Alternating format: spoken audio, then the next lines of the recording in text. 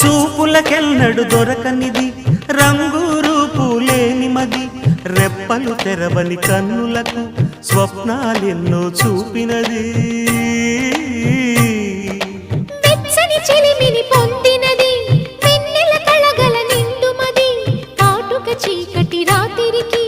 బాటను చూపే నేస్తమది చేతికి ఆదని జాబిలిలా కాంతులు పంచే మణిదీపం కొమ్మల చాటున కోయిలలా కాలం నిలిపే అనురాగం అడగని వరములు కురిపించి అమృత వర్షిణి అనిపించే అమూల్యమైన పెన్నిధి శుభోదయాల సన్నిధి మనస్సనేది అహో ఒక మనసుకు నేడే